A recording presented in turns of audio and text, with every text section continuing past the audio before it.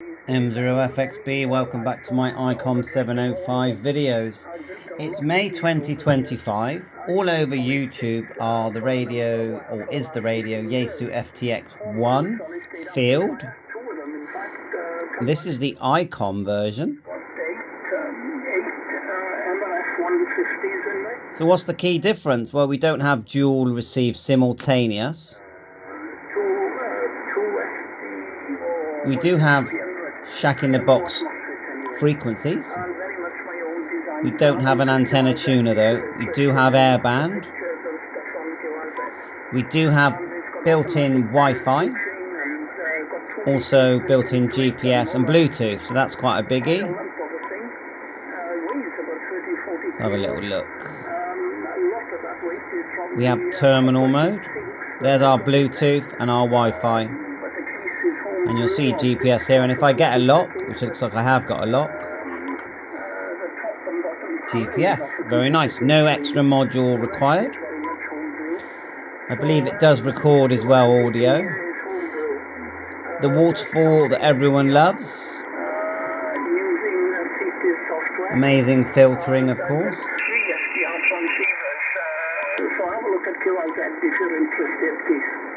But anyway, okay, on the valve amplifiers. Battery and time. I modified a TL9 to 2 at one stage for QSK. Big fingers. Sort of thing. So I'm pretty familiar with valve amplifiers and DHT transformers and so on. Broadcast radio. So I got rid of 1 or 2 transformers today. Don't want any music. There's some music.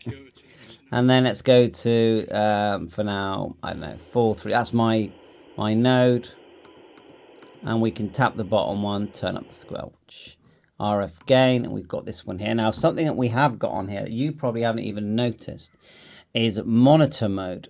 Now, monitor mode is a really interesting function because when you're in DR mode, so that's D star, not C4FM. Yeah, and if you, at the bottom here, let's just move that down. Oh yeah, the band scope can be larger, and you do get an oscilloscope as well, which you get on the FT1. I'll just show you that actually. Where is it? Function, wrong one. There it is. There's your oscilloscope there. And if we go to a band that we use. So I was just going to say, before I forget, I do get carried away. Basically, if you're near a repeater and it's internet linked, the ICOM internet linked, and you turn on monitor mode, as you turn through, it will, if there's an internet connection, it will let you listen to that repeater via the internet, which is almost like dual band because you can still receive the RF version of it. So it's almost like twin receiver. I've made videos on it. So I don't think you can do that on the FTX. Changing the meters. Let's go back out of DR mode. Go to HF. We might get some. That's better, isn't it? And we can change. Is it tapping it there? That's better, isn't it? Now, how cool is that? Yeah. So this is like the inspiration for, I think, for many radios that came all the way back from.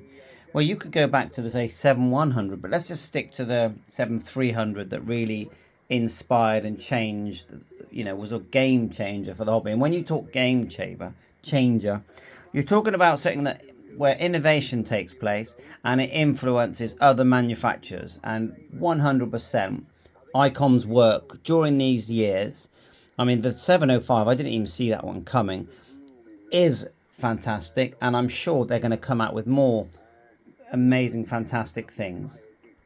So, what are the things that we'd like to have? Well, I mean, they came up with the idea on the back of this device that a battery that goes in your ICOM 52, if I grab mine, will fit. There's your ICOM 52 battery, and it just unclips here.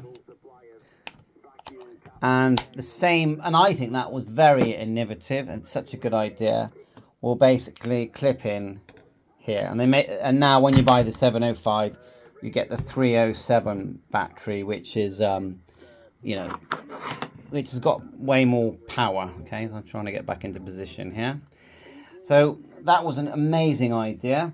They haven't got I noticed in the FTX-1 they've got a USB-C charger board goes straight into the battery. Now I feel like that battery is going to get made one day anyway, by a manufacturer for the 52 radios anyway, and therefore for the 705. They gave us this mic, which I don't hate this mic. It's quite a portable feeling mic, yeah, with 2-pin connector there, 2 pins. But I feel like they should have also given us the option to have a full-size mic. We were sort of told that we were going to have, that mic, and that was it. So yeah, let me know unless you know of any other options. So what do we need if we want this to sort of catch up with the FTX-1? We need dual display. We need separate control knobs at both ends. There's plenty of room, so we can independently control both sides of the radio. Now where they've clipped on the battery, a sort of clip-on antenna tuner if it's 10 watts, yeah, not a bad idea. And how about an idea I thought of earlier, where this whole unit can be a slave unit to the unit that runs, and it won't be the same unit, the ICOM 7100, which would give us 100 watts, a bit like the FTX-1. So I'm just chucking it out there with all these different ideas. I mean, like, let's go into memory mode here. Memory's there. We've got HubNet. No problems. Thank you.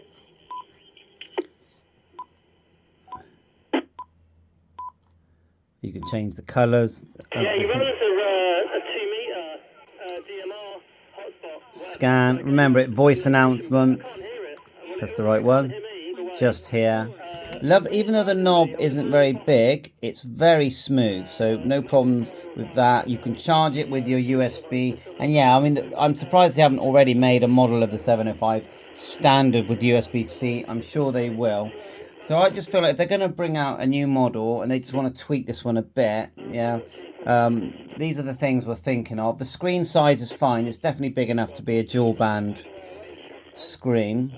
Just press the menu, just quickly look at menus 1. So we've got audio, record. I think you can send CW as well, voice, SWR, graph, stroke meter for testing your SWR. That's really, something we do really like. Record, MPAD scan and memory. So yeah, quite, pretty much tells you what. The way you can display all the meters. There's a small little cube that I can connect to this that will looks really good. The thing is, I need to reprogram it, but yeah, it will display all the information, and there's a couple of companies on selling that as well. I'll go menu, let's go to menu 2. DV memories, that's for your DR mode. That's for packaging all your repeaters into one place where you can import and export CSV files. Terminal mode, it's just basically, terminal mode means you're not using radio waves, you're using the internet to communicate sending photographs, and that's on the ICOM 52.